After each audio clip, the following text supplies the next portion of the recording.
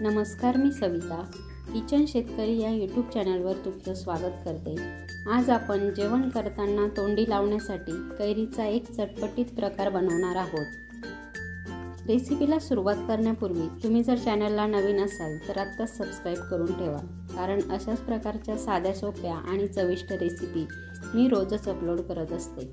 आता रेसिपीला सुरुवात करूया।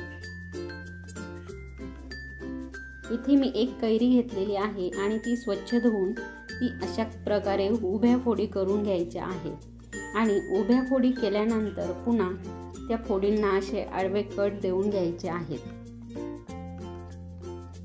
कट दिल्यानंतर आपण आता त्यामध्ये भरायच्या मसाल्याची तयारी करू।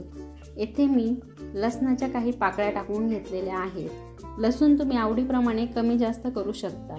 यानंतर एक मोठा चमचा भरून मीठ आणि पाव चमचा हळद टाकून घेतलेली आहे आणि हे आपल्याला ठेचून घ्यायचं आहे। लसूण ठेचून झालेला आहे। आता हे ठेचलेला लसूण आणि मीठ आणि हळदीचं मिश्रण आपल्याला या फोडींना लावून घ्यायचं आहे।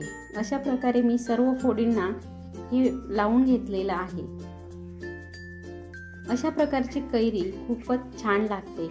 ही चटपटीत कैरीची रेसिपी तुम्हाला कशी वाटली हे कमेंट करून नक्की कळवा। पुन्हा भेटूया एका नवीन रेसिपी सोबत। धन्यवाद।